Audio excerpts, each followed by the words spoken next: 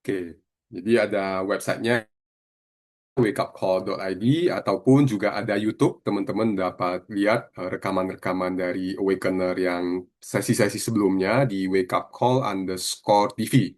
Ya, Wake Up Call underscore TV itu teman-teman juga dapat lihat. Di sana ada selain Awakener Meetup juga ada satu konten terkait dengan human capital. Saya sharing bersama dengan tiga teman yang lain terkait dengan human capital yang berhubungan dengan organisasi, bagaimana kita juga menggunakan beberapa pendekatan dari neurosemantik, dari praktisi-praktisi HR gitu ya, kita sharing, ya itu juga ada, teman-teman juga dapat lihat di sana. Lalu kemudian juga ada beberapa workshop yang saya pernah lakukan waktu pandemi, saya juga upload di sana. Jadi teman-teman di sana ada beberapa konten yang teman-teman dapat akses secara gratis dan saya yakin itu akan memberikan manfaat kepada teman-teman. Ya. Nah, buat teman-teman, saya akan sharing dan seperti biasa, mungkin ada beberapa teman karena ini Zoom gitu ya, dan juga kita belum banyak yang langsung kenal di awal sehingga agak sungkan untuk menyalakan kamera atau apa gitu ya. But it's okay kalau nanti ada pertanyaan, jangan sungkan untuk bertanya, jangan sungkan untuk bertanya, jangan sungkan untuk langsung ketik di chat box juga ya. Ada yang setuju atau tidak setuju juga oke gitu. Artinya tidak berarti teman-teman perlu setuju semua. Kalau ada yang tidak setuju juga silakan untuk share your opinion, share teman-teman punya pemikiran. Dan karena menurut saya eh, perbedaan pandangan atau tambahan pendapat akan memperluas sudut pandang kita. Karena sudut pandang ini yang menjadi sangat penting dalam membantu kita untuk solving problem. Seringkali yang membuat kita tidak mampu solving problem karena kita stuck dengan satu sudut pandang. Nah, di Wake Up Call dari pendekatan neurosemantik dan NLP, salah satu yang kita ajari atau kita coach, kita training adalah bagaimana mengekspan sudut pandang sehingga mampu melihat satu kondisi dari beberapa sudut. Yang itu akan membantu kita untuk menemukan solusinya. Ya. Dan selamat malam buat teman-teman yang baru bergabung. Ada Bu Endang juga. Selamat malam Bu Endang. Thank you sudah join in. Malam, sorry aku off cam ya, baru Ya, pulang. siap Bu Endang. Thank you sudah join in. Oke, di sini ada beberapa praktisi neurosemantik, ada Pak Hertanto, Master Prac baru lulus, ada Bu Endang, Meta Coach dan juga neurosemantic trainer. Nah, saya tidak akan nanti pada akhirnya saya baru akan jelaskan tentang neurosemantik itu apa. Mungkin dari apa yang saya bahas nanti kita simpulkan sebenarnya neurosemantik itu apa sih gitu ya. Dan kalau teman-teman penasaran, teman-teman juga dapat search di Google neurosemantik itu sebuah neurosemantik NLP itu sebuah keilmuan yang ya kalau di Google ada gitu. Ya, mau bilang populer takutnya terlalu apa ya bahasa itunya apa jumawa ya gitu. Oke, buat teman-teman saya perkenalkan nama saya Wahyudi Akbar. Saya adalah neurosemantic trainer dan baru 2 tahun terakhir ini menjadi neurosemantic master trainer pertama di Indonesia dan juga meta coach dan saya menyebut saya juga adalah corporate learning strategist. Jadi dan saya mendalami neurosemantic NLP ini dari tahun 2007 akhir ya 2007 akhir boleh berarti boleh dibilang sekitar 17 tahun yang lalu kali ya, 17 tahun yang lalu saya sudah belajar tentang neurosemantic NLP, jadi coach di tahun 2009, mulai menjalani profesi trainernya itu dari 2010 sampai sekarang, dan 2 tahun terakhir di 2024, ya saya punya keberuntungan untuk mendapatkan master trainer di Malaysia waktu itu.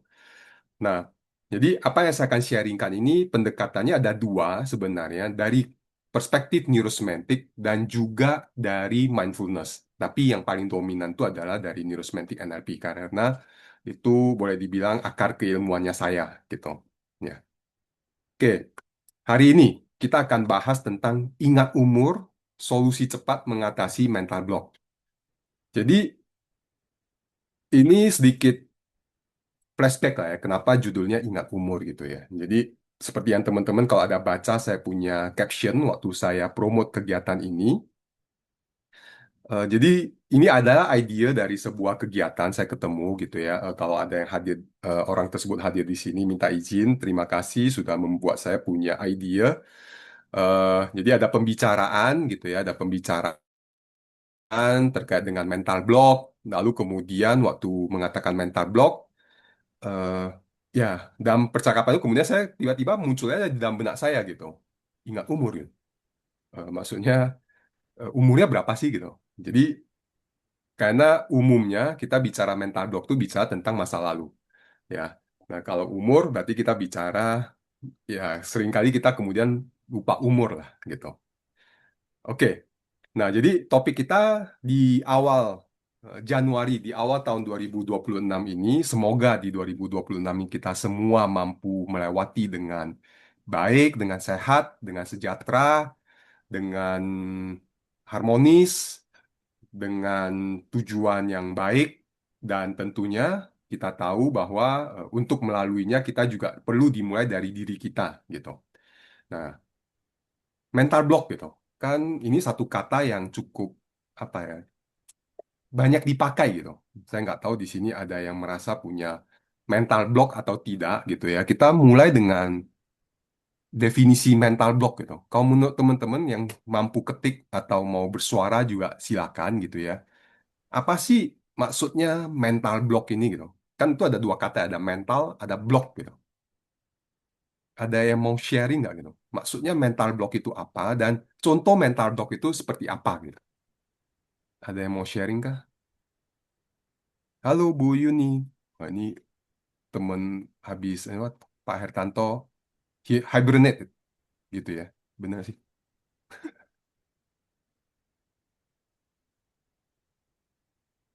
Oke, kalau menurut teman-teman, ya apa yang in your mind pop up ketika mendengar kata mental block? Dan apa contoh dari mental block? Siap Bu Yuni. Ada yang mau share? Ya, Oke, silakan. eh, kayak itu kayak pikiran yang Bu Rini. Oh, hai Bu Rini. kadang kita nggak sadar itu men- eh, yang Oke. Suara Bu Rini agak putus-putus, Bu Rini. Sorry. Tadi yang saya dengar adalah pikiran yang, halo, ya, jelas. tadi enggak, sekarang jelas. Oke. Ya, suatu pandangan mungkin keyakinan terhadap diri yang menghalangi kita untuk mencapai sesuatu secara mental dan itu kadang tapi ini kadang kita nggak sadari gitu.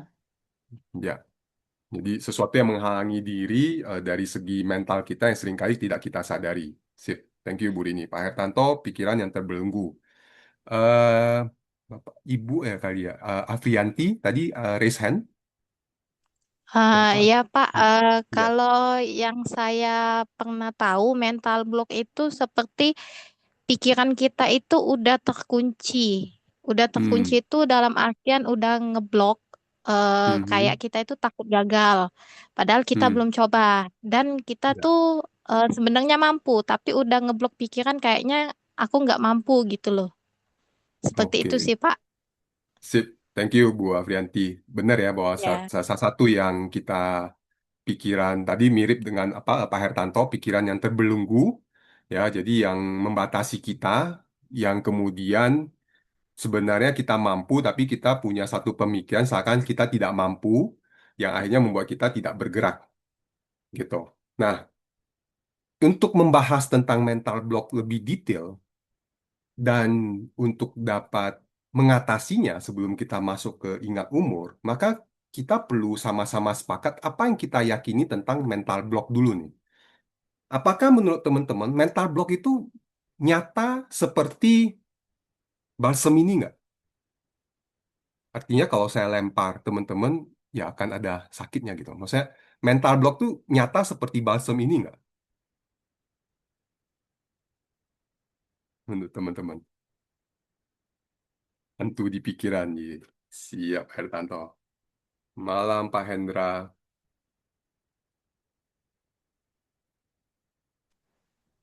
Malam tuh. Wah, lagi on the way ya. Iya, lagi on the way ke Cikarang ini. Oke, sip. Thank you sudah join in. Oke, Sama-sama nah kok. jadi ya, nah jadi kembali ke apa kita punya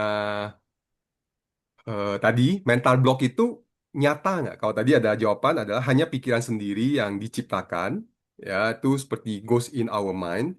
Nah, karena kita perlu sepakat dulu nih kalau kita menganggap bahwa dia nyata ataupun tidak nyata. Kalau misalnya tidak nyata, hanya ada di pikiran sendiri. Nah, lalu kemudian bagaimana kalau dia di pikiran kita sendiri, dia dapat menghambat kita, gitu.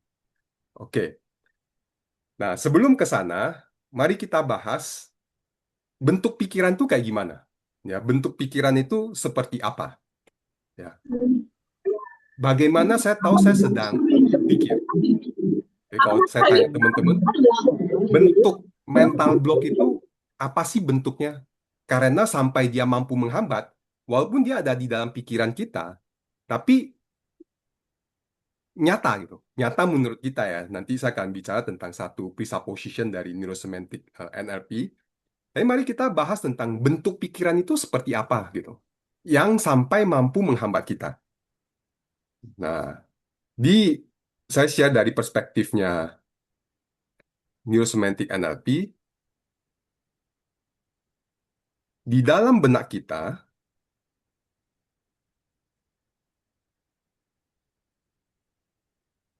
oke, nah, di dalam benak kita, jadi ini anggap eh, ada kepala, ya, ada mata, ada hidung, ada mulut. Nah, mental itu kan sebenarnya berada di seluruh tubuh kita, nggak hanya di dalam kepala, tapi dia ada di sekujur tubuh kita. Mental itu berada di sekujur tubuh kita. Tapi dalam bentuknya apa gitu? Nah, bentuknya apa sehingga dia dapat membatasi kita? Yang paling pertama, mental yang bentuknya itu adalah bicara tentang rasa. Rasa yang terasa di tubuh. Benar ya? Misalnya contoh mau bicara di depan umum atau mau bagaimana saya tahu saya tidak percaya diri. Pasti ada rasa di tubuh. Bagaimana saya tahu saya takut? Bagaimana saya tahu saya khawatir? Berarti ada rasa yang saya rasakan di tubuh. Lalu seakan-akan rasa ini adalah sesuatu yang nyata. Ya, sesuatu yang nyata. Baik, yang ada di dalam mental kita itu pertama adalah adanya rasa. Oke. Nah, lalu selain rasa ada apa lagi?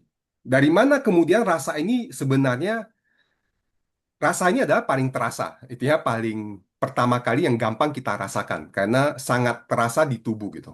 Jadi kalau teman-teman misalnya mental blocknya apa ya? Malu. Misalnya mau bicara di depan umum, malu gitu. Yang jadi persoalan itu adalah karena ada rasa malu.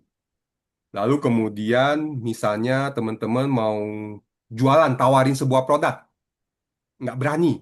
Kenapa? Khawatir diledekin. Nah, khawatir diledekin, apa yang dikhawatirkan? Karena ada rasa tertentu yang teman-teman tidak sukai, yang kemudian membuat teman-teman akhirnya tidak melakukannya.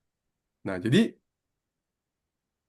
jadi pertama adalah kita bicara tentang rasa di tubuh. Nah, jadi kalau kita bicara tentang menghandle mental block, berarti kita juga perlu belajar menghandle rasa.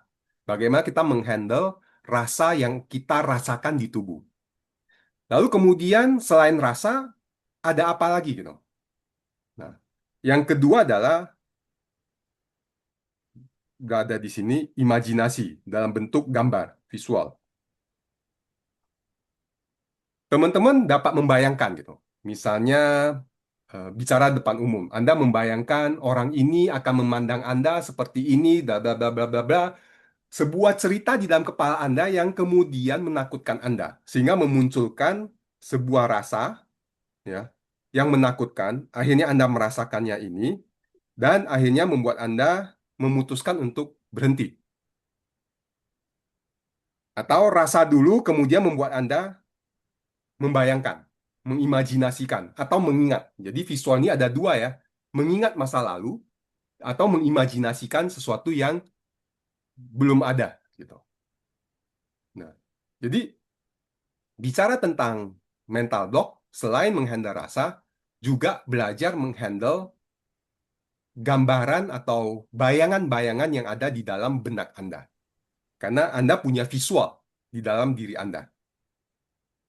Lalu selain itu ada apa lagi? Ada yang kita sebut auditory. Ya, di sini. Auditory. Seperti ada speaker, ada suara yang Anda dengar gitu. Misalnya, let's say mental block Anda adalah bicara di depan umum. Mungkin Anda seperti mendengar suara salah lo. Ayo lu, nanti kalau salah gimana lo? Nanti ketawain lo. Nanti apa lo gitu. Nah, itu kan ada muncul suara gitu di dalam diri Anda terkait dengan sebuah kondisi atau sebuah stimulus. Ya. Nah, jadi mental kita itu maksud saya, yang kita perlu sadari itu ada 3 hal. Yang paling pertama, sebenarnya ada 4, nanti saya habis ini ngomong. Pertama adalah rasa, rasa yang Anda rasakan. Ada gambaran di benak Anda. Lalu kemudian ada suara yang Anda dengar. Karena misalnya gambar. Kalau gambarnya hitam putih mungkin nggak ada masalah. Tapi gambarnya itu ada suara gitu. Misalnya gambarnya Anda, eh, ya saya izin pakai bicara depan umum lah ya gitu. Kayak sesuai apa, bicara depan umum, mungkin Anda punya satu gambaran, Anda melakukan kesalahan, orang lain meledekin Anda, lalu kemudian Anda seperti mendengar suara mereka meledek Anda. Wah, goblok lu, gini aja masih salah atau apa gitu ya. Kita mendengar suara tersebut gitu. Lalu begitu luar biasa Anda memainkan dalam kepala Anda, lalu kemudian Anda merasakan perasaan itu gitu. Dan Anda nggak mau hal ini, yang akhirnya Anda stop melakukannya. Oke?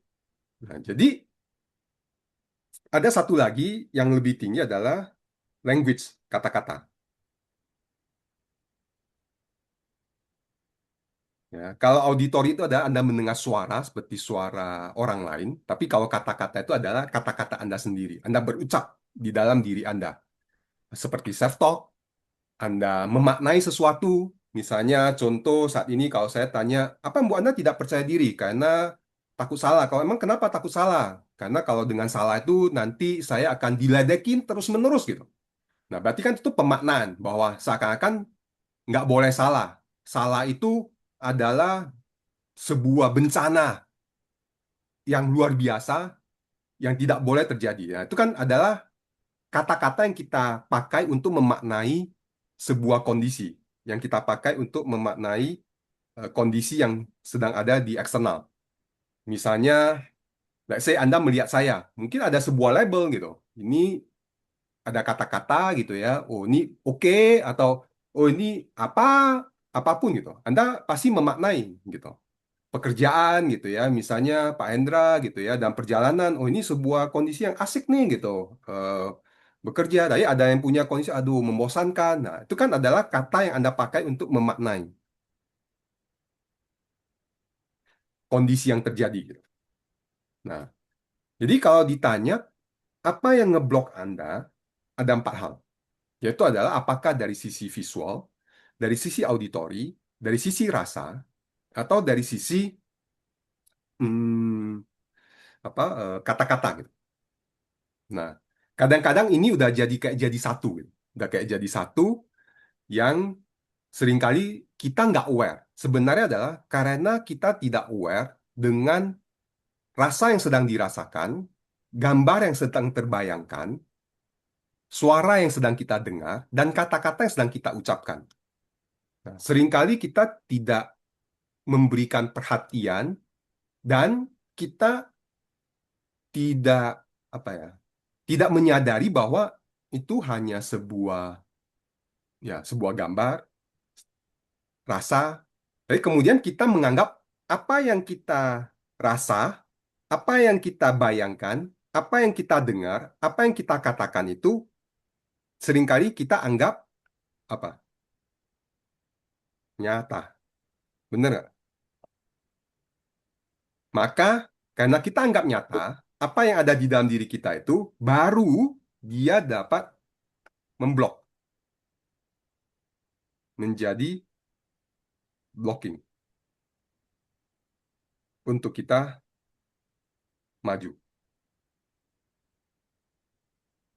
Benar ya? Jadi ini adalah, nah, syarat pertama, syarat pertama untuk mampu menghandle mental block, kita perlu sama-sama sepakat dulu. Apa yang saya rasakan, apa yang saya bayangkan, apa yang saya dengar, apa yang kata-kata yang saya ucapkan, itu memang nyata karena saya ucapkan, tapi bukan kenyataan. Nggak tahu paham nggak ya? Misalnya saya, let's say hmm, saya mau jualan. Anggap saya mau jualan. Lalu kemudian saya mau prospek. Lalu saat saya mau prospek, lalu kemudian terbayangkan sama saya sebuah situasi, sebuah skenario, nanti di sana situasinya sulit dan lain sebagainya dan sebagainya dan sebagainya. Nyata nggak? Nyata di dalam kepala. Tapi itu kenyataan nggak? Bukan.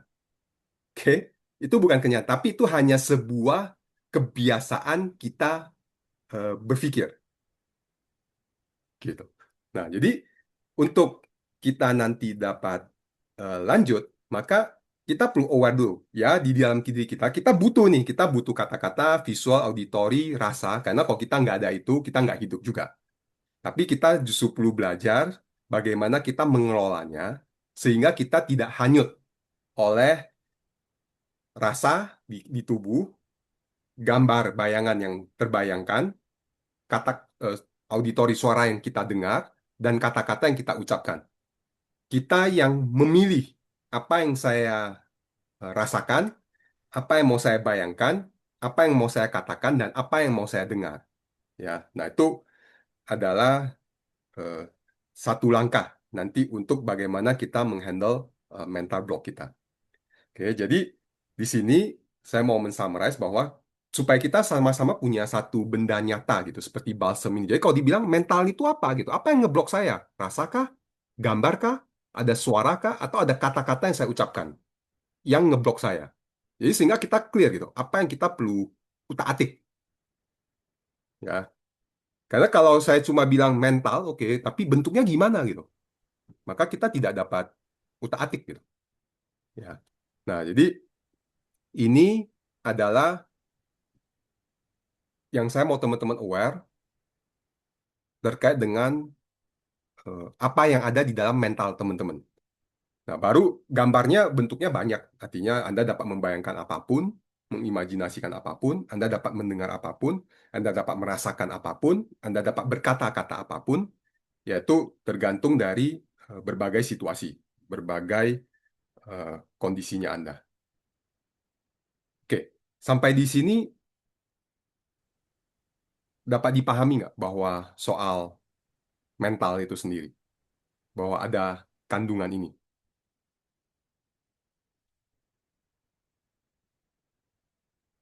Semoga saya mampu menjelaskan dengan cukup simpel. Oke, oke. Nah, saya lanjut ya.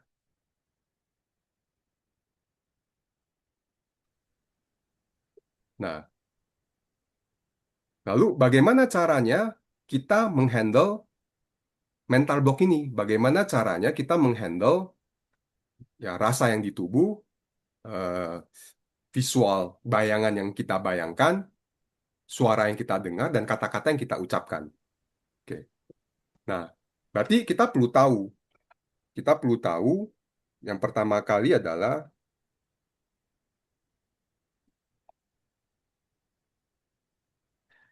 maka kita perlu pasti ada hubungan antara eksternal, ada sebuah kondisi, event, ya, ada sebuah event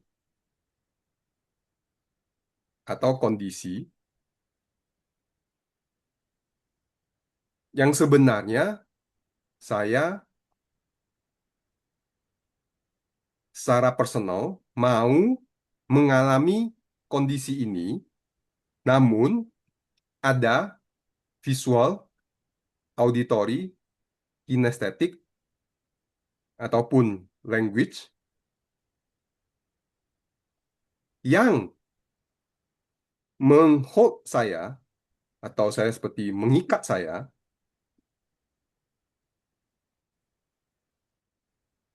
sehingga saya tidak dapat mengalami kondisi tersebut. Oke. Nah, salah satunya berhubungan dengan waktu, ya, berhubungan dengan waktu. Jadi, misalnya saya ngambil contoh kembali waktu saya sesuai dengan yang saya buat, anggap di sini public speaking, gitu, berbicara di depan umum.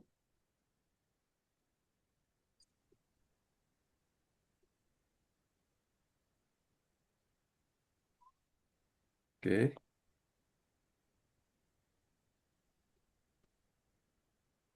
Ya, nanti saya akan upload konten ini ke YouTube, nanti akan di-sharing. Ya, misalnya berbicara depan umum. Apa yang VAK atau language apa yang mengikat saya sehingga saya tidak berani atau jadi tidak punya rasa kinestetik, rasa percaya diri untuk berbicara di depan umum. Maka yang kita perlu cek apa? Oke, yang muncul rasa apa? Oh, ya rasa tidak percaya diri. Oke.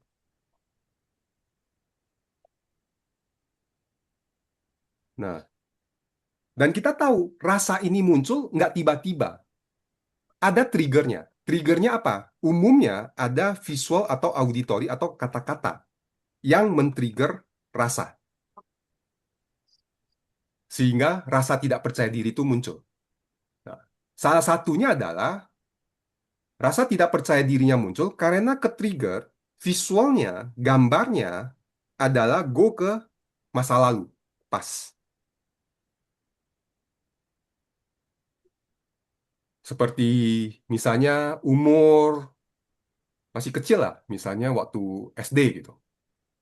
Waktu SD, dia tampil di depan, terus kemudian pas dia di depan, dia nyanyi udah dengan nyaman, percaya diri, terus tiba-tiba setelah selesai, diledekin sama temennya gitu. Wah, lu cari muka gitu ya. Apa lu jelek misalnya gitu ya. Atau sama orang tuanya gitu. Misalnya sama orang tuanya. Ah, apa sih itu? Nggak keren gitu. Ya, misalnya sama orang tuanya tiba-tiba nggak tahu kenapa lah ya, orang tuanya lagi bad mood kah atau apa, kita nggak tahu gitu. Tapi tiba-tiba orang tuanya mengatakan hal tersebut gitu. Ah, apa-apaan sih? Gitu. Nah, jadi waktu gambaran, visual, dan auditori, gambaran orang tua dan suara orang tua mengatakan hal tersebut kepada dia, itu kemudian membuat dia jadi merasa, ya, memunculkan rasa tidak percaya diri. Gitu. Membuat dia merasa, duh, oh berarti saya jelek ya, berarti saya nggak pantas ya. Nah, kemudian ada kata-kata kan language-nya. Dia kasih label, saya tidak pantas. Atau saya jelek. Nah, dan ya inilah yang kemudian dia bawa sampai hari ini. Yang ini kejadian, let's say, 20 atau 30 tahun yang lalu. Gitu.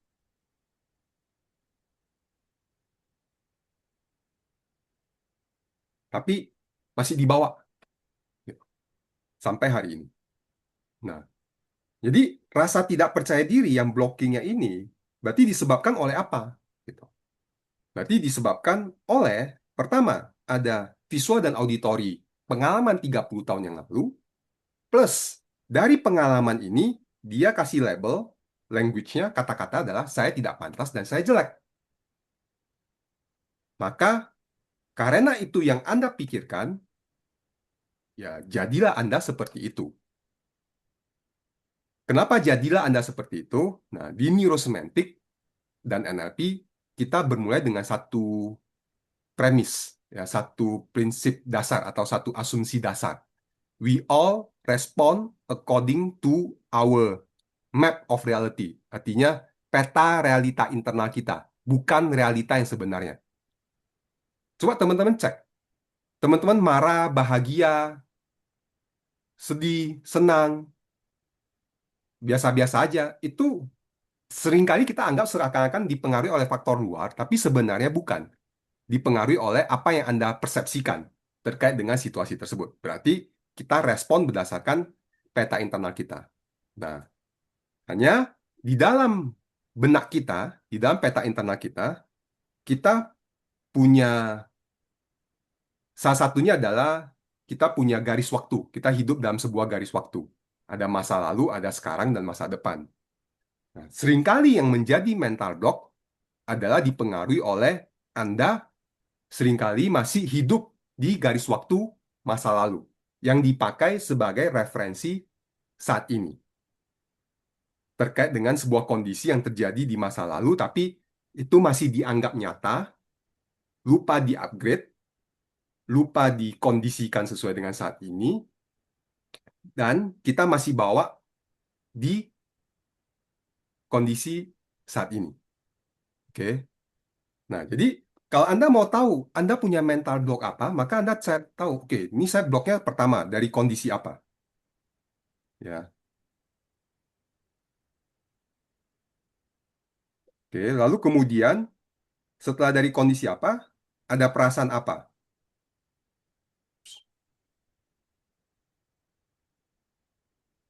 Lalu kemudian dari perasaan ini munculnya apakah ada sebuah memori atau sebuah gambaran tertentu, bayangan tertentu yang saya pergunakan gitu, saya akses. Lalu kemudian ada kata-kata apa yang saya pakai untuk melabel situasi tersebut. Sehingga menjadi muncullah perasaan ini terkait dengan situasi tersebut. Oke, dapat dipahami ini strukturnya, struktur untuk mengatasi mental block. Oke. Ada pertanyaan? Siapa tahu ada pertanyaan sampai di sini.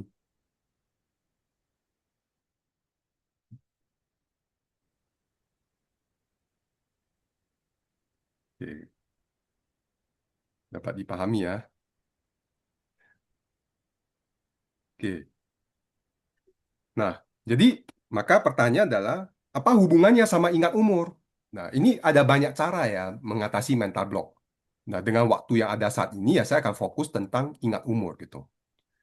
Maksudnya adalah seringkali kita masih terjebak mengambil past experience sebagai referensi berpikir saat ini tentang sebuah kondisi di saat ini gitu. Yang dimana sebenarnya masih relevan nggak? Sudah tidak relevan dong. Bener nggak? Sudah tidak relevan.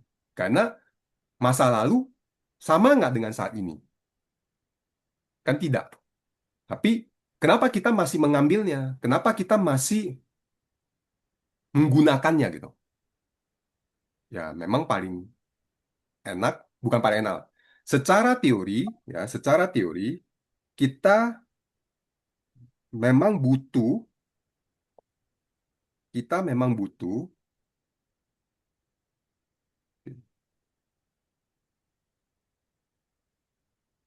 Nah, ini. Kita memang butuh alat bantu berpikir. Waktu kecil kita tidak terlahir maha tahu, teman-teman. Kita tidak terlahir maha tahu, sehingga waktu kita kecil, ini seperti sepeda ini, ada apa three wheel-nya gitu. Jadi ada alat bantu berpikirnya. Nah, ada rodanya gitu. Ada rodanya yang memang kita butuh butuh bantuan berpikir. Nah, waktu kecil ya kita kita menggunakan cara berpikir anak kecil di saat itu gitu. Yang dimana seringkali paling gampang waktu kita kecil kita bermain jadi korban, cara berpikir sebagai korban.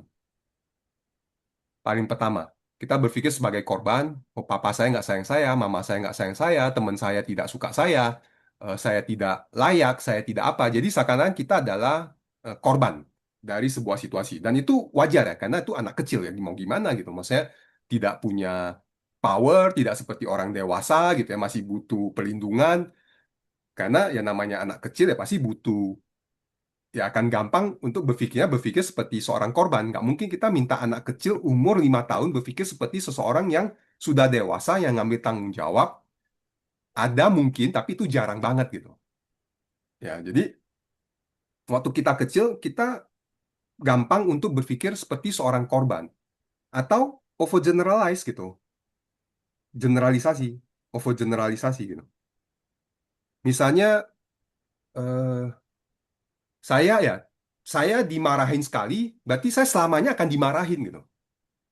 Ya, karena ada mental korban, lalu kemudian juga adalah mengeneralisasi, seakan-akan adalah saya akan selamanya tidak mampu, padahal tidak mampunya sekali, tapi karena kita punya kecenderungan cara berpikirnya itu adalah overgeneralisasi, terlalu cepat membuat sebuah kesimpulan, saya gagal sekali, misalnya contoh saya nilai matematika saya selalu jelek, lalu kemudian saya kemudian melakukan generalisasi bahwa saya nggak akan pernah mampu dan jago dan menyukai matematika gitu sampai hari ini. Beruntungnya saya tidak perlu jago. Bayangkan kalau saya perlu jago gitu. Nah, bagaimana caranya? Bukan artinya kalau kalau saya perlu jago ya, at least saya tahu cara menghandle-nya gitu. Ya, tapi karena saya tidak perlu jago, ya sudah nggak apa-apa, biarin aja gitu. Ya. Nah, kita melakukan generalisasi. Satu kejadian kita kemudian pakai, maka itu yang membuat kita membawanya. Kita membawanya dari umur 5 tahun sampai umur 40 tahun atau umur 30 tahun kita masih bawa karena kita melakukan generalisasi.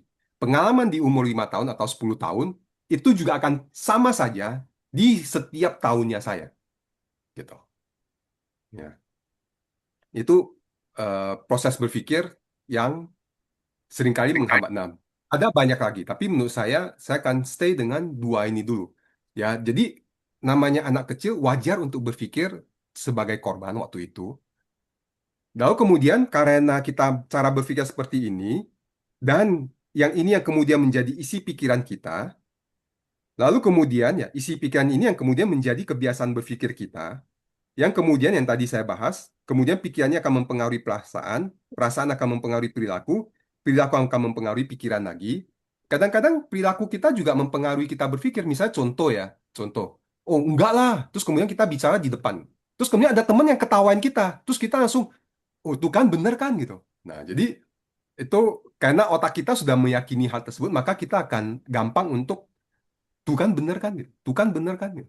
Nah, jadi kita tidak lagi melakukan tes realita gitu. Tes realita. Nah, jadi maka karena kita terbiasa dengan cara berpikir eh, anak kecil, jadi salah satu cara untuk mengatasi mental block adalah ingat umur. Maksudnya ingat umur itu apa gitu? Ya ingatlah kita saat ini sudah tidak sama dengan kita yang 10 tahun yang lalu. Atau kita yang kemarin. Atau bahkan kita yang tadi pagi gitu. Kita sudah tidak sama dengan saya yang 20 tahun yang lalu. Karena ya memang udah pasti berbeda gitu. Secara umur juga saya berbeda. Sebenarnya secara pengetahuan saya sudah lebih baik. Hanya karena saya begitu meyakini diri saya yang saya masih begitu meyakini dengan pola berpikir saya yang lama, itu yang kemudian membuat saya tidak mampu melihat apa kekuatan atau apa kelebihan yang saya sudah punya saat ini. Itu yang seringkali jadi isu, sehingga saya tidak melihat, oh ternyata saya udah, let's say saya udah umur 40-an ya gitu.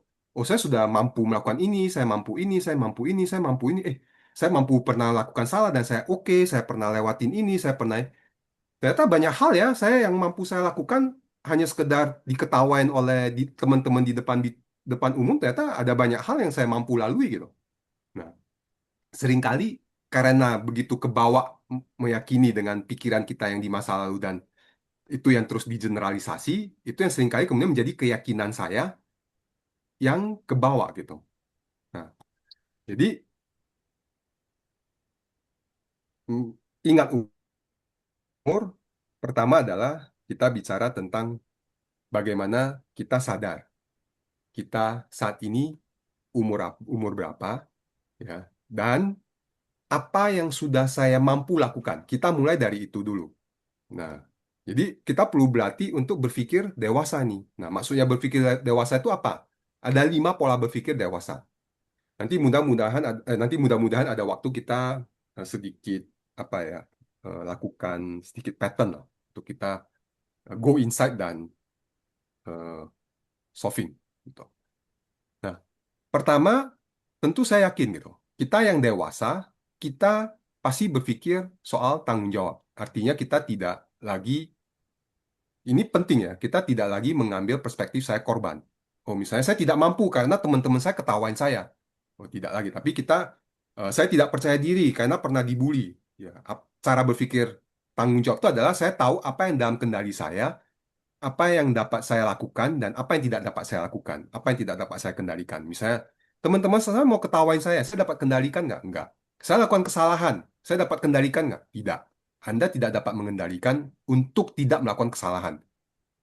Bullshit tentang perfeksionis. Karena nggak mungkin Anda mampu tanpa salah. Kasih tahu saya, hari ini, adakah Anda lalui tanpa salah? Nggak mungkin. Pasti ada kesalahan, tinggal kecil, ukurannya XL, extra small, small, medium, large, atau extra large. At the end adalah, nggak mungkin kita tidak melakukan kesalahan. Ya. Nah, responsibility thinking adalah, oke, saya tahu, oh ya ini kesalahan adalah saya lakukan, saya minta maaf, dan juga saya belajar memaafkan juga, eh, dan saya belajar dari kesalahan tersebut. Nah, itu adalah responsibility thinking. Jadi orang dewasa belajar merespon dengan cara eh, bahwa meyakini bahwa ya saya punya peran atas apa yang terjadi gitu. Lalu kemudian yang kedua adalah contextual thinking. Jadi bahasa saya adalah menaruh kejadian sesuai waktunya. Misalnya saya lakukan kesalahan tadi pagi. Ya udah, taruh kejadian itu di tadi pagi. Jangan taruh lagi di saat ini karena udah nggak relevan gitu. Taruhlah kejadian itu di sesuai tempatnya, sesuai waktunya. Misalnya saya pernah gagal, presentasi saya gagal. Tadi pagi saya presentasi dan itu gagal dan akhirnya saya tidak menang tender. Oh ya sudah gitu. Saya belajar dari sana dan taruhlah kejadian itu di tadi pagi dan belajar dari kejadian tersebut. Tidak kemudian pakai kesalahan itu bahwa saya akan terus-terusan gagal. Ya. Jadi kita perlu mampu untuk menaruh sebuah kejadian pada tempatnya. Kalau memang itu tempatnya udah lewat, ya taruhlah di sana. Jangan yang lalu dibawa ke saat ini. Oke. Yang ketiga adalah cara berpikir yang tidak hitam putih gitu. Misalnya, kalau tidak sempurna berarti gagal. Kalau ada salah, berarti saya nggak berguna. Jadi seakan-akan nggak ada daerah abu-abu, tidak ada jalan tengah gitu. Nah, jadi istilahnya kalau mau berhasil itu ya berhasil sekalian. Kalau nggak ya udah gagal aja gitu. Kalau nggak mati aja sekalian gitu. Nah itu kan seakan-akan hidup itu hanya ada dua sisi, sukses atau mati gitu. Nah itu kan cara berpikir yang keliru. Yang banyak orang salah berpikir akhirnya bunuh diri gitu. Karena dia berpikir seakan-akan hidup itu hanya ada dua sisi, sukses sukses sekalian, yang kaya raya seperti apa sembilan naga atau apapun itu. Kalau nggak ya udah, berarti saya gagal. Kalau gagal ya udah mati aja gitu. Nah itu yang kadang-kadang orang berpikirnya seperti anak kecil hanya hitam putih gitu.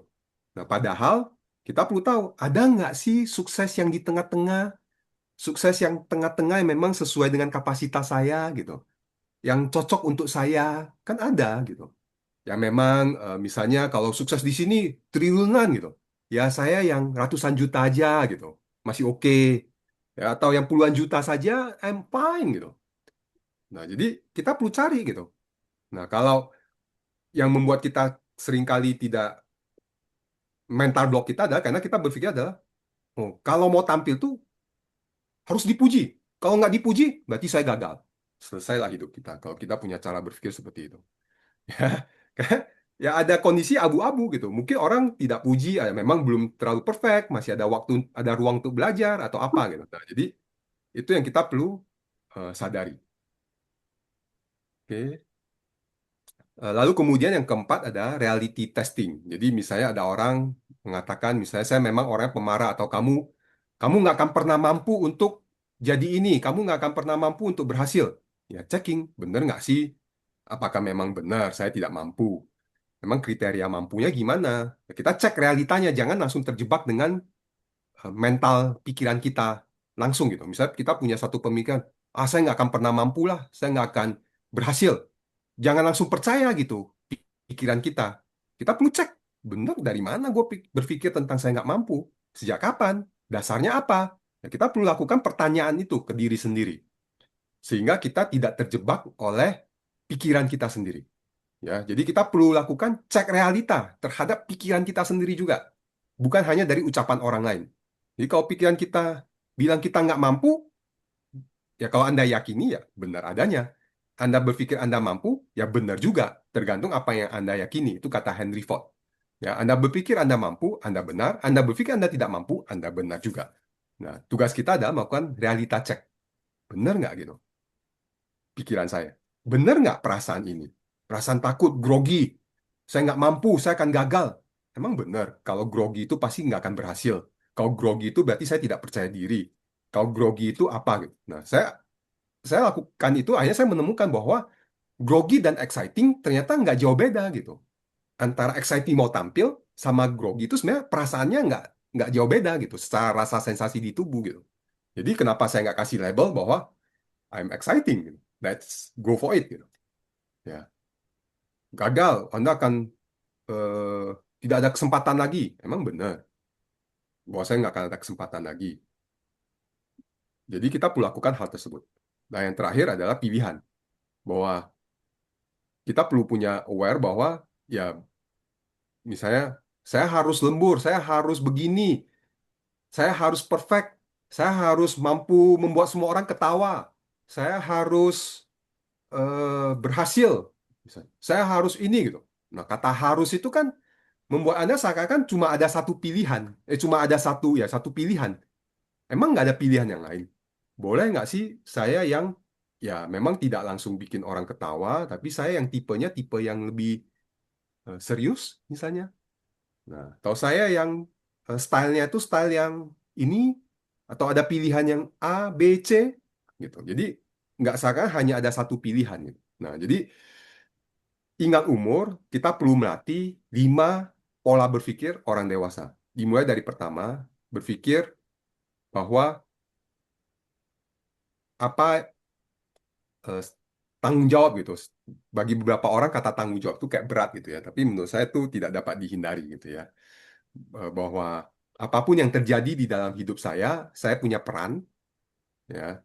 Dan lalu kemudian ada berpikir tanggung jawab itu juga berpikir ada yang dapat saya kendalikan dan ada yang tidak dapat saya kendalikan. Yang tidak dapat saya kendalikan ya sudah, yang dapat saya kendalikan ya saya kendalikan. Itu berpikir tanggung jawab. Lalu kemudian yang kedua, berpikirnya adalah kontekstual, taruh pada tempatnya.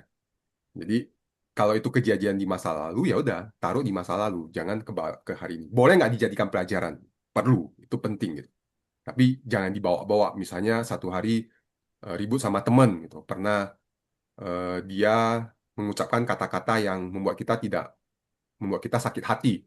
Terus kemudian kita terus bawa terus gitu. Tidak lagi taruh pada tempatnya. Siapa tahu dia sudah berubah. Nah, kita kemudian tidak lagi melakukan yang tadi reality check. Bener nggak? Dia masih sama. Jangan-jangan dia sudah berubah. Oh, kalau dia masih sama ya udah oke. Tapi kalau dia berubah kan berarti ada kesempatan yang lain. Ya, reality check. Lalu berpikirnya adalah jangan hitam putih, tapi ada titik tengahnya nggak? Ada ukuran yang lebih pas untuk saya nggak gitu? Ya, kalau untuk ukuran kiri dan kanannya nggak pas, ada ukuran yang pas untuk saya nggak? Nah, lalu kemudian pilihan. Ada pilihan yang berhasil itu ada pilihan apa saja gitu. Nah, ini yang kita perlu sadari untuk mengajak kita berpikir sesuai umur. Nah, artinya kalau di sini yang hadir kan udah punya KTP semua lah ya, berarti udah dewasa gitu. Udah umur 20 tahun ke atas, maka saya mempropos pola berpikir 5 hal ini untuk membantu kita mengatasi mental block yang kita bawa dari masa lalu. Oke. Eh, nah, sampai di sini saya akan stop dulu. Ada pertanyaan atau komentar dari teman-teman?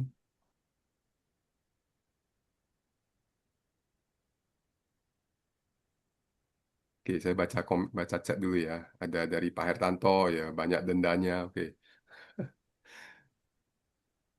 Playing victim dan drama kehidupan ya itu salah satu yang membuat kita jadi punya mental block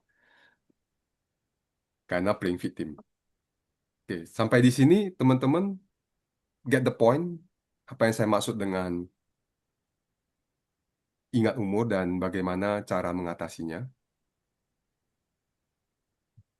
Nah, ada satu lagi menurut saya yang paling simple sebenarnya. Ingat umur itu adalah belajar hidup di saat ini. Baik. Nah, di sini saya mau mengajak teman-teman untuk ngambil waktu sejenak.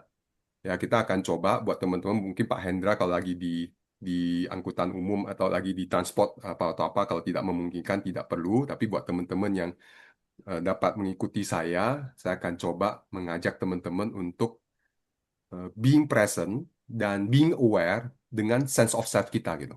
Maksudnya sense of self itu artinya menyadari keberadaan saya saat ini, bahwa saya saat ini ya pasti punya kelebihan dan kekurangan ya, dan nanti kita akan kembali sedikit ke masa lalu. Oke, buat teman-teman yang dapat mengikuti, saya mau mengajak teman-teman untuk mendengarkan suara saya, dan teman-teman dapat melakukannya secara mata tertutup ataupun mata terbuka, it's fine. Yang pastikan teman-teman dalam kondisi yang memungkinkan, nyaman, tidak mengganggu orang lain, gitu ya, dan tidak ada kan mengganggu orang lain juga. Nah, jadi dan saya mau mengajak teman-teman pertama adalah ingat umur adalah kita menyadari keberadaan diri kita saat ini. Saat ini saya umur berapa? Kita mulai dari saat ini saya umur berapa?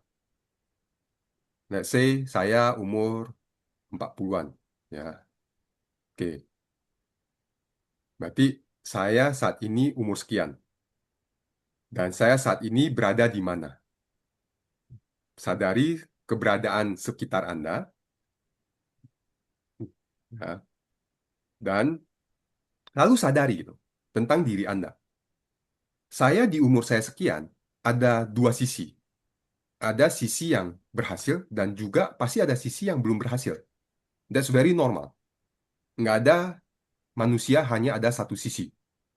Kalau memang hanya ada satu sisi, misalnya saya minta teman-teman, ya udah, Anda hanya punya tangan kanan saja, mau nggak? Pasti nggak mau. Anda tetap mau tangan kiri, walaupun tangan kiri dikatakan itu tangan cebok, gitu ya, tangan yang istilahnya pantang gitu, kasih tangan sesuatu pakai tangan kiri, seakan-akan nggak berguna gitu.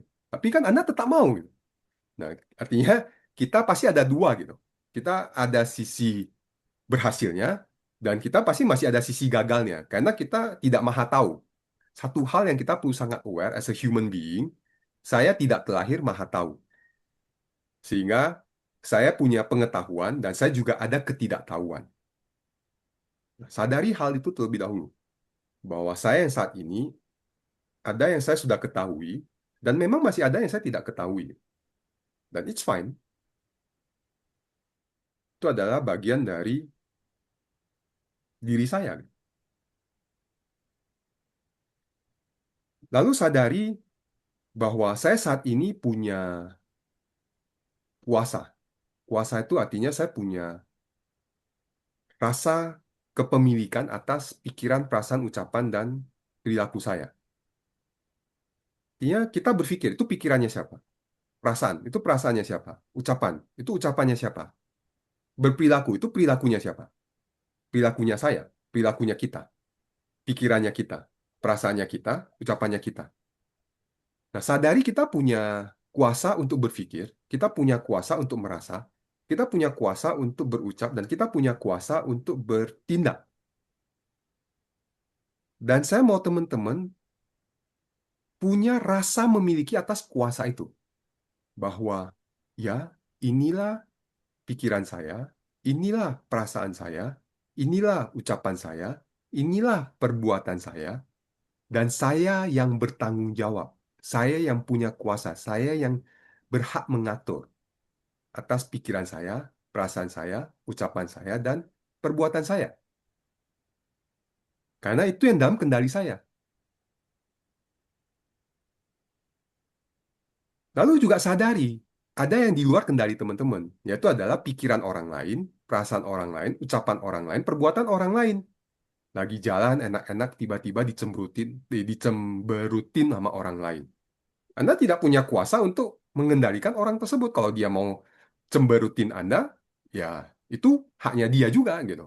Yang dapat dalam kuasa Anda adalah Anda memanage perasaan Anda, pikiran Anda, ucapan Anda sehingga tidak terbawa oleh perilaku mereka. Nah, itulah Anda punya rasa memiliki. Nah, disitulah Anda responsibility. Anda bertanggung jawab atas pikiran, perasaan, ucapan, dan tindakan Anda. Nah, ambil waktu sejenak untuk menyadari pikiran Anda, perasaan Anda, ucapan Anda, perbuatan Anda, dan ini dalam kendali saya. Ini yang dalam kendali saya. Pikiran, perasaan, ucapan, dan perbuatan orang lain itu di luar kendali saya. Saya tampil, diledekin, dibilang kurang atau apa, ya itu tidak dapat saya kendalikan. It's a feedback. Itu adalah umpan balik untuk belajar. Oke. Nah, sadari bahwa kita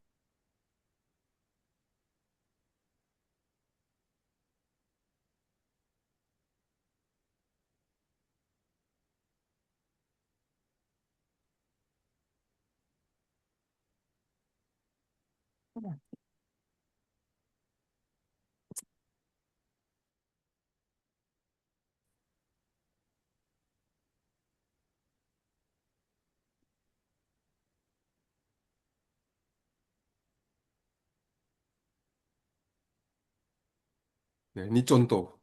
Ada yang dalam kendali, ada yang di luar kendali. Tiba-tiba menghilang gitu. Itu di luar kendali. Tapi yang dalam kendali adalah tetap tenang. Oke. Nah, ini contoh tidak sampai jadi mental block gitu ya. Tidak sampai, aduh ini memalukan banget ini gitu. Kita taruh pada konteksnya gitu. Bahwa ada sesuatu yang tidak dapat dalam kendali saya gitu ya. Sorry menjadi break kepada teman-teman. But ini kita penting untuk kita sadari dulu. Jadi kita hadir sepenuhnya di saat ini, menyadari keberadaan kita, menyadari apa yang dalam kendali, dan menyadari apa yang di luar kendali.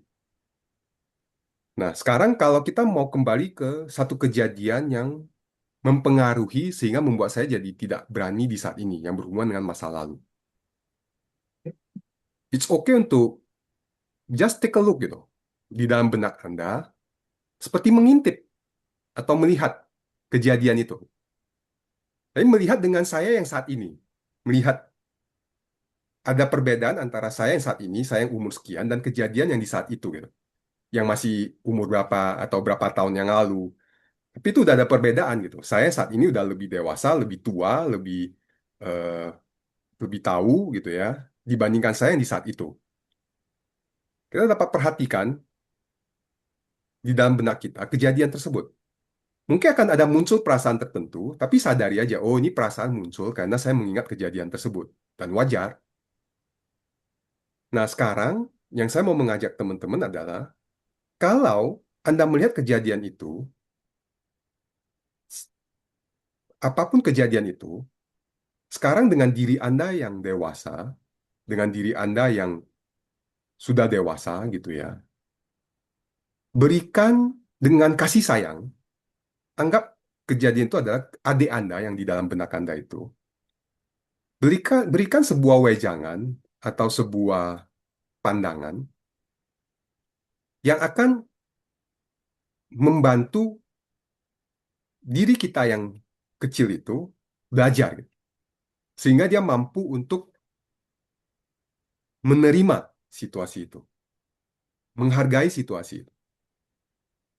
Nah, kata-kata apa yang kita mau berikan kepada diri kita yang masih kecil itu, atau yang lebih kecil itu, yang akan membuat saya yang kecil ini menerima kondisi itu, berdamai dengan kondisi itu, memaafkan,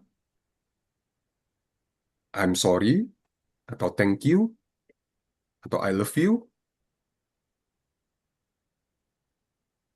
ambil waktu sejenak untuk berikan sebuah pendapat, jangan. Seperti kita memberikan pemikiran kita kepada teman kita, namun ini kita berikan kepada diri kita yang masih kecil. Yang akan membuat saya menerima, ingat ya, menerima kejadian itu, memaafkan kejadian itu.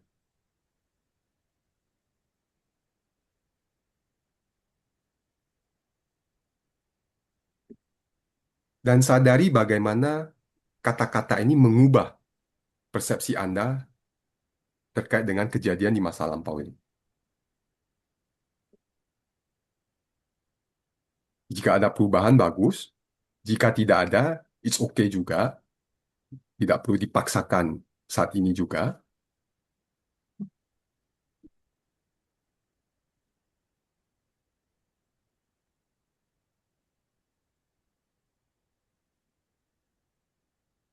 Lalu kembali ke sadari saya yang saat ini.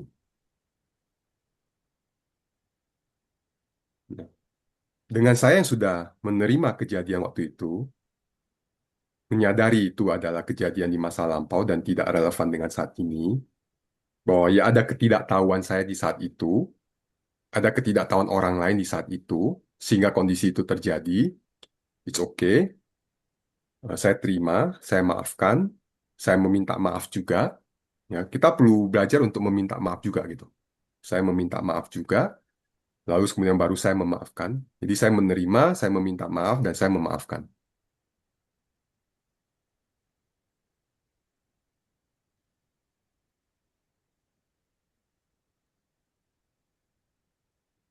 Dan kembali ke saya yang saat ini.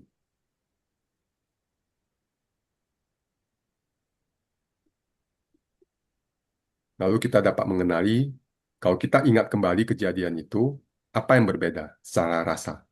Ada perbedaankah? Kalau ada, it's good. Maksudnya kalau perbedaannya secara rasa yang baik, it's good. Kalau tidak, itu teman-teman nanti dapat ngulangin lagi gitu. Ya. Dan sadari bahwa oke, ini adalah saya yang kecil, ini saya yang saat ini. Saya yang kecil dan saya saat ini sudah berbeda. Dan saya yang kecil ini bagaimana saya mengajak dia untuk apa menerima. Nah, untuk mengajak dia menerima ya saya sendiri perlu merasakan menerima. Saya sendiri perlu mau merasakan meminta maaf. Saya sendiri perlu mau merasakan memaafkan.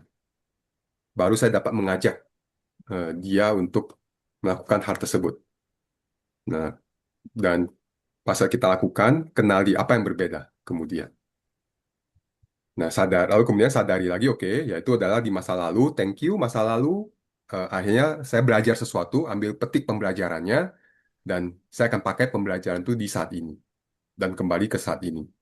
Jadi kita menyadari kita saat ini, kita belajar dari yang masa lalu, dan just being present, kembali ke kita yang saat ini.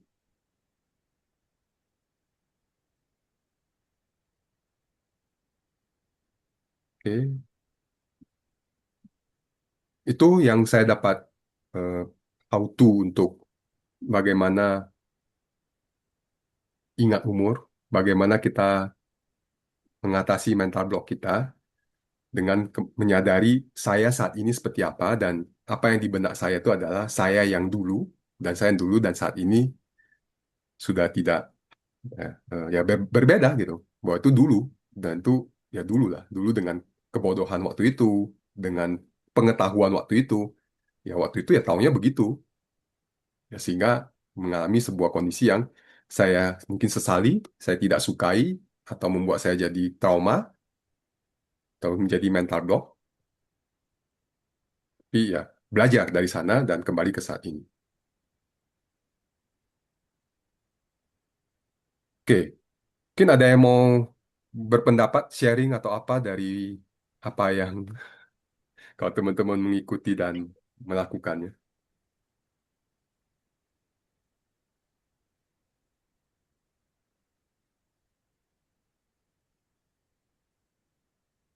Oke.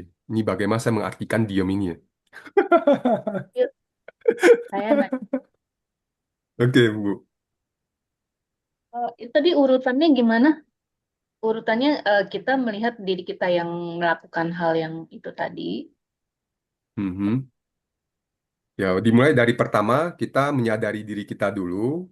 Saat ini saya seperti apa, saya umur berapa, saya punya kelebihan dan kekurangan seperti apa.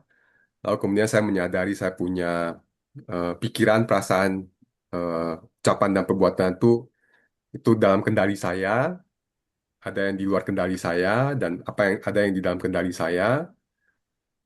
Saya tidak dapat mengendalikan segala sesuatu yang dapat terjadi, karena itu nggak mungkin.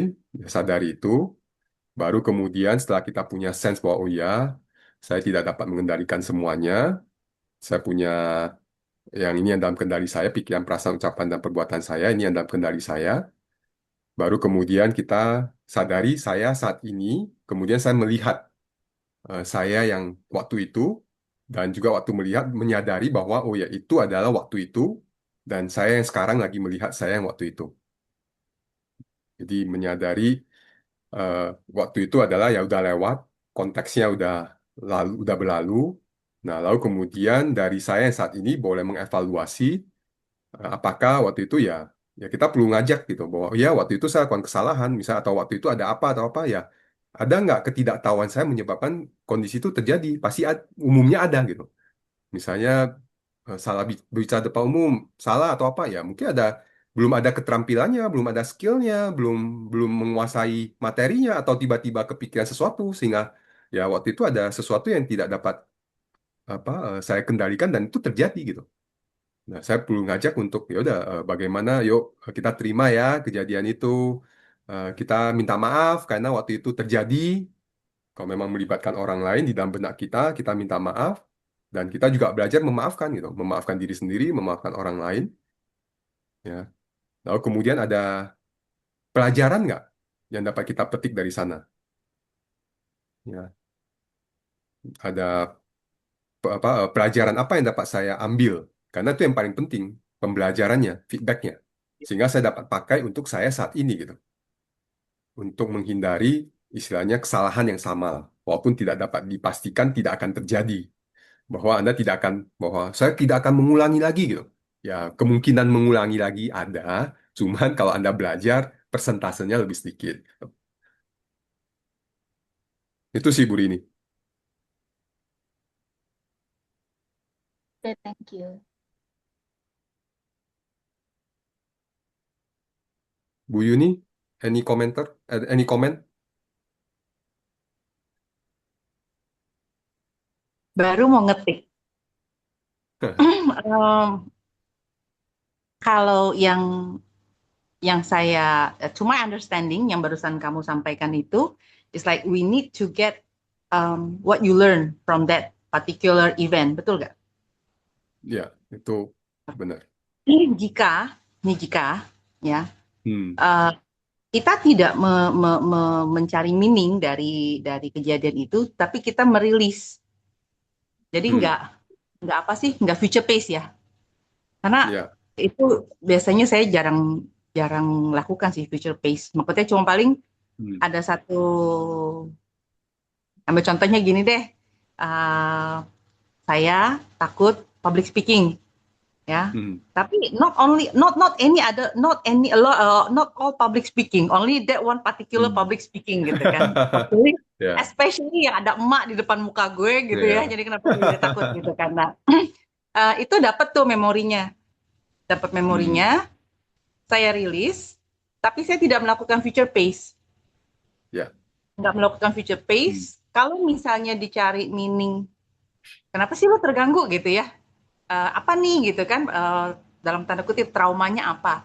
Itu ada dilakukan Hmm. nggak? Ada sih, tapi nggak tidak mirip sama yang coach dilakukan gitu kan? Saya minta Hmm. maaf, bla Hmm. bla bla. Nggak. Cuma saya apa ya emosinya? Oh itu. Kenapa ya? Oh Hmm. seperti ini gitu. Kenapa ini mengganggu saya? Iya ada sih gitu, tapi enggak itu. Itu Ya. apakah akan berpengaruh pada hasil akhir atau nanti sometime in the future bakal ke-trigger lagi atau gimana gitu? Nah, paling tahu terkait dengan impact-nya itu, maksudnya setiap orang punya caranya masing-masing. Nah, tadi misalnya Bu Yuni kan artinya mengevaluasi ya, it's like you are using to evaluate. Ini apa, fungsinya apa, dan kemudian begitu rasa, dan uh, Bu Yuni sudah punya teknik untuk just let it go gitu. Just release the feeling, the emotion.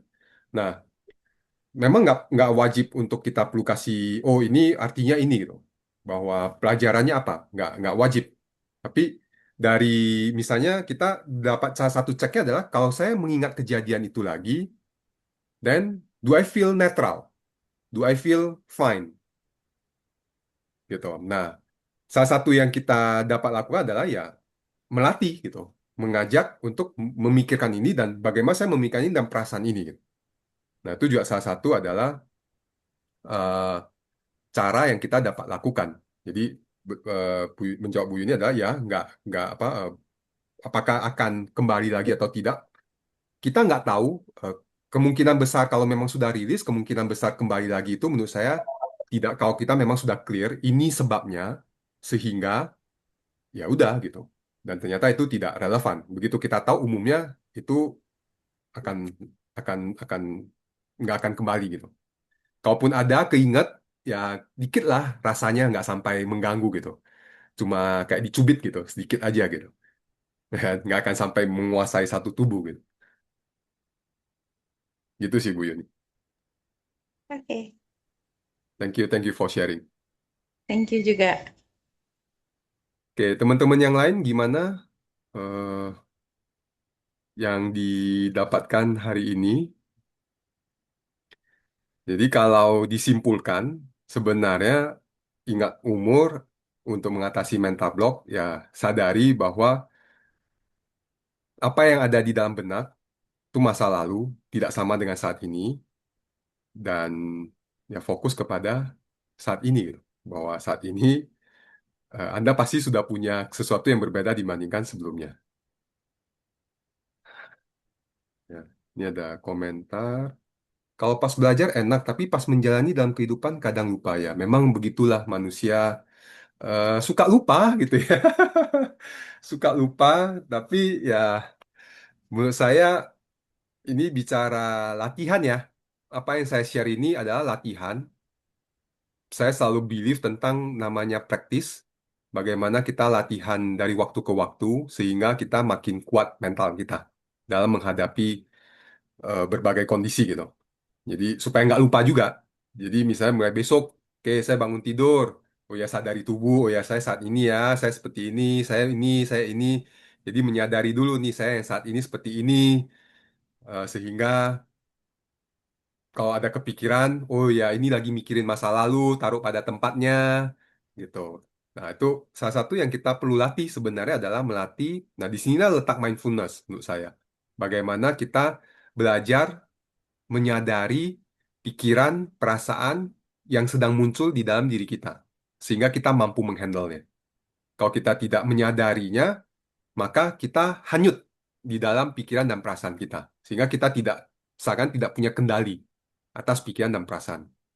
Nah, salah satu praktek menyadari adalah ya kayak sekarang, oh sadari, walaupun Anda mendengarkan suara saya, Anda menyadari apa yang sedang dirasakan, apa yang sedang terpikirkan, ada kata-kata apa, ya itu disadari aja dulu gitu. Atau paling gampang ya umumnya orang latihan adalah latihan menyadari nafas, yaitu salah satu proses latihan sadar untuk nanti pelan-pelan Anda akan menyadari mental Anda. Nah, kalau kita sudah mampunya menyadari, eh, mengatasinya udah lebih mudah. Nah, saya ngomong kayak gini, ya ini hasil latihan puluhan tahun juga lah ya. Tapi maksud saya share untuk teman-teman ya, at least start latihan gitu. Jangan kemudian, ah si Yudi kan udah puluhan tahun, gua mah, wah itu kan Anda berarti berpikirnya hitam putih lagi gitu. Artinya mau berhasil langsung perlu mau gini, nggak mau tengah-tengahnya ya, nggak, ya itu salah satu cara berpikir anak kecil juga gitu.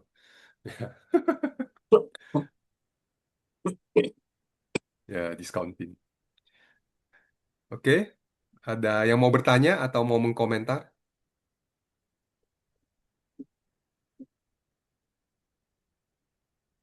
Oke, Bu Afrianti, silakan monggo. Ya, Pak, mau share ini, Pak, mau tanya sedikit. Kalau misalnya ya, Pak, Hmm. case-nya itu kita mau mencoba menerima suatu jabatan lah, Pak, dikatakan yang lebih tinggi daripada sebelumnya, begitu, Pak. Hmm. Ya. Saya itu bukan nggak percaya diri, Pak. Justru bisa dikatakan mungkin terlalu percaya diri karena ketika ditanya Hmm. apa kamu sanggup, ya saya merasa sanggup begitu, Pak. Karena Oke. menurut kriteria ya saya bisa begitu, Pak. Tapi Mhm. kebanyakan tuh di situasi yang kita alami, kadang-kadang Mhm. usia kita itu dianggap masih kecil untuk posisi itu, Oke. Pak.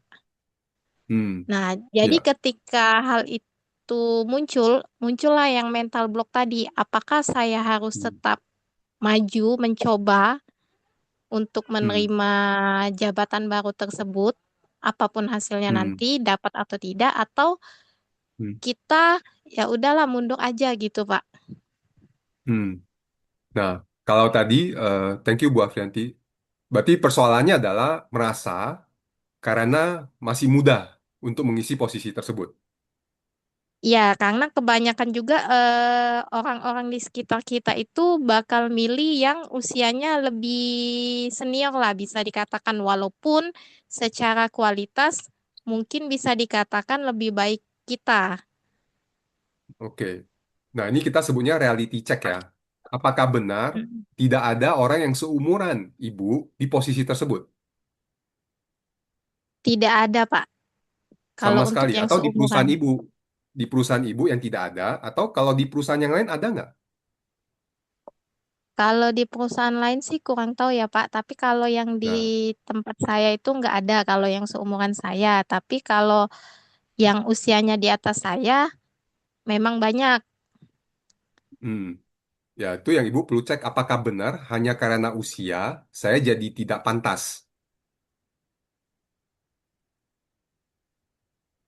Itu yang perlu dicek ya, Pak. Ya, pertanyaan perlu ditanya apakah benar hanya karena usia saya jadi tidak pantas untuk mengisi posisi tersebut. Hmm, kalau misalnya kita udah cek dan kita ngerasa oke saya sih pantas walaupun usia saya kecil gitu. Hmm. Tapi pada kita kan belum tahu tuh Pak, Oh iya. apakah itu akan diberikan ke kita atau ke yang lain. Hmm. Kalau Oh iya. misalnya itu ke kita, ya kita mungkin rasanya oke saya sudah terima saya akan jalani. Tapi kalau Hmm. misalnya nggak ke kita, takutnya itu ke depannya jadi semacam trauma gitu, Pak. Jadi kalau misalnya ada lagi, jadi takut gitu, Pak, untuk nerima hal yang lebih besar gitu. Ya, ini kalau Ibu dapat kendalikan nggak bahwa keputusan tuh harus ke Ibu? Berarti isinya Ibu maunya hitam putih, maju, terima, diterima. Kan tadi ada hitam putih tuh either either or thinking. Keputusannya tetap keputusan atasan-atasan itu, Pak. Ya, Voting jadi lah Ibu bisa punya satu, dikatakan. Ibu punya satu cara berpikir adalah kalau saya maju, saya harus diterima. Kalau saya nggak diterima, berarti ini akan jadi mental block. Kan seakan jadi seperti itu kan rumusnya, Bu. Iya, betul. Nah, apakah cara berpikir itu tepat? Harusnya enggak, enggak tepat. Oke, nah cara cara berpikir yang tepat itu apa menurut Ibu? eh ya kalau memang mau kalau saat ini kalau memang saya merasa sanggup, saya coba maju tetap kayak gitu nah. Hmm. Tapi kalau Ya, misalnya nggak mau dan takut, ya nggak usah maju. ya. Dan kalau satu arti ya kalau memang memang Ibu mau ya Ibu maju. Hasilnya kan tidak dalam kendali Ibu kan, benar ya? Iya betul. Nah, tapi kan yang dalam kendali Ibu apa? Mengusahakan, benar nggak? Iya betul mengusahakan. Nah, ya itu kan yang dalam kendali Ibu. Mungkin kalau misalnya hasilnya mungkin saya akan bisa terima Pak kalau misalnya memang ya sesuai ya Pak maksudnya itu eh enggak yang sepi bukan sepihak ya. Maksudnya yang fair lah Pak, gitu. Yang memang dia ukurnya dari kualitas kita, nggak ukur dari yang lain-lain yang di belakang Ya, itu loh Pak gitu, nggak berdasarkan ya. kedekatan dengan individu tertentu begitu Pak. Mungkin saya bisa terima, tapi kalau misalnya dia nggak seperti itu ya agak susah ya Pak di prakteknya. Nah, ini yang termasuk salah satu yang kita tadi cara berpikir nomor 5 harus. Jadi saya baru dapat menerima jika kondisinya begini. Berarti kan itu harus seperti ini baru saya dapat terima. Kalau kondisinya tidak seperti ini saya tidak dapat terima. Nah, menurut Ibu dari pengalaman Ibu dan Ibu sendiri, seberapa sering sih kita mampu mengharuskan dan apa yang kita haruskan itu terjadi gitu? Memang nggak selalu sih Pak, tapi kita kan Ya. selalu berusaha. Oh iya, mengusaha itu Heeh, benar. Tapi kan yang jadi heeh. isu adalah Ibu kemudian setelah mengusaha Mungkin Ibu mengharuskan contoh. ya berusaha tapi memang nggak 100% hasilnya, tapi bisa gitu Pak. Ya, ya ini apa? Nah ini yang kita perlu sama-sama dari menurut Bu Yanti adalah apakah Ibu dapat ya misalnya contoh besok Ibu udah usahakan segala sesuatu besok tidak hujan. Apakah Ibu kalau besok hujan apakah Ibu sakit hati? Nggak juga sih harusnya Pak. Ya, kenapa Ibu nggak sakit hati? Ya karena di luar kendali kan, Ya, apakah keputusan mereka walaupun nggak adil itu dalam kendali Ibu nggak? nggak bisa dikendaliin sih, karena mereka yang punya kuasa. Ya, jadi yang dalam kendali Ibu apa? Ya mungkin pikiran saya sendiri dan perasaan yang akan muncul itu Pak. Hmm. Dan perbuatannya apa? Perbuatannya ya mungkin ya udah mencoba untuk menerima. Walaupun mungkin Hmm. rasanya di awal-awal itu agak susah menerima sih Pak. Ya, wajar ya. Namanya merasa nggak merasa terjolimi gitu ya, jadi victim gitu. Ya lebih kurang begitu. Ya, tapi kan ibu lebih memilih bukan, ibu lebih memilih yang akan membuat ibu lebih puas adalah ibu mengusahakan atau karena takut hasilnya tidak sesuai lalu ibu stop. Kalau saya misalnya saya saat itu masih memiliki keinginan untuk mau, saya akan tetap lanjut sih Pak. Saat itu, berarti ini udah lama ya, Saat Bu. itu, Saat itu saat tuh di itu masa Pak. lalu atau di Eh, masa depan? di masa depan. Oh, oke. Hmm, ya. Di kesimpulannya apa, Bu? Kesimpulannya kalau saya mungkin ya tadi Pak bakal akan tetap maju kalau memang saya masih punya keinginan itu, tapi saya Hmm, juga misalnya ke depannya muncul kekecewaan, proses untuk penyembuhannya itu saya ak- saya akan menyadari kalau prosesnya itu memang tidak cepat dan tidak gampang. Dan hmm, mungkin ke depannya sebisa mungkin jangan saya jadikan hal itu trauma ya, untuk ke depannya jika ada ya, case yang sama. ya. Karena trauma atau tidak kan dalam kendali siapa? Kita sendiri, Pak. Ya. Dan apakah satu kejadian akan sama terus ke depannya? Tidak sih harusnya, Pak. Ya, memang begitulah adanya. Satu kejadian tidak akan sama dengan yang kejadian berikutnya gitu.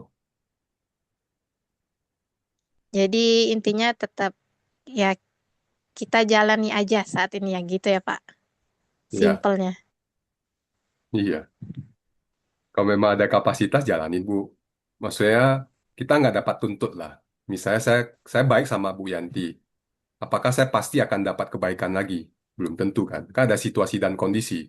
Misalnya waktu misalnya saya baik sama Bu Yanti, saya apa gitu. Terus kemudian satu hari saya mau minta, saya berharap Bu Yanti juga baik sama saya. Tapi ternyata di hari itu Bu Yanti ada dalam kondisi perlu memilih membantu saya atau membantu orang tua misalnya ya. Nah, atau membantu siapa gitu.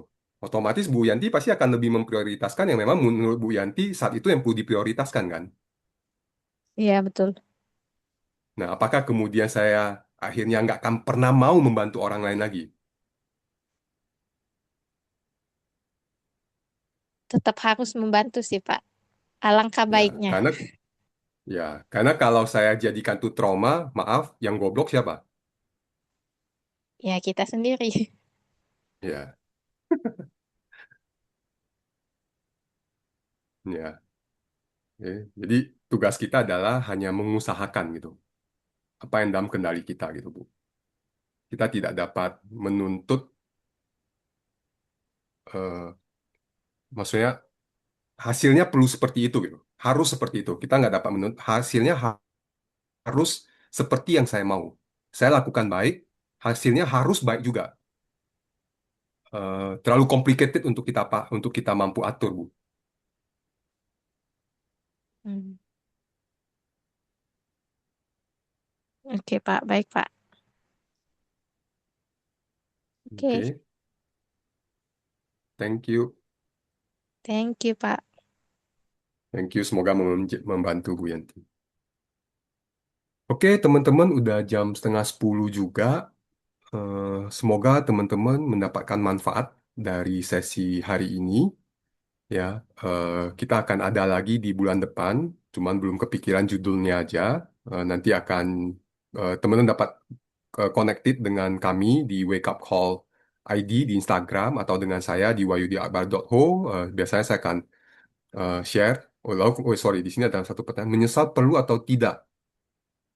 Hmm, Menyesal itu normal ya.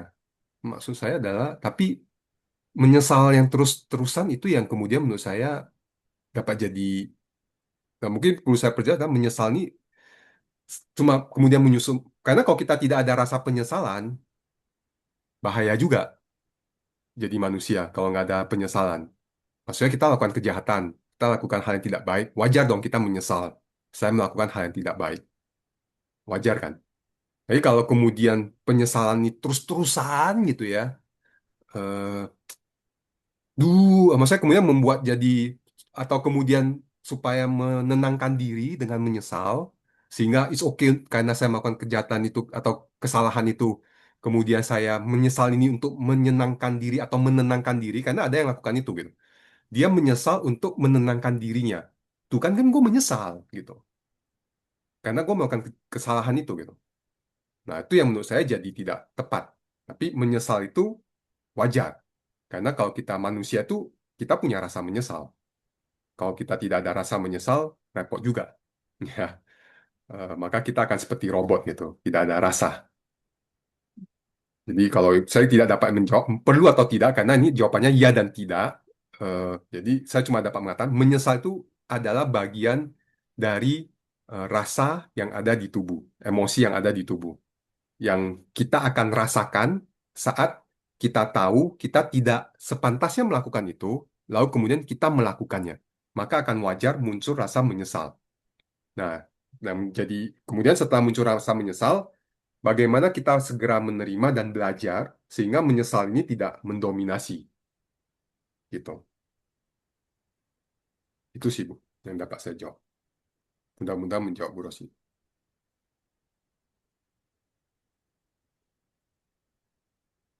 Oke,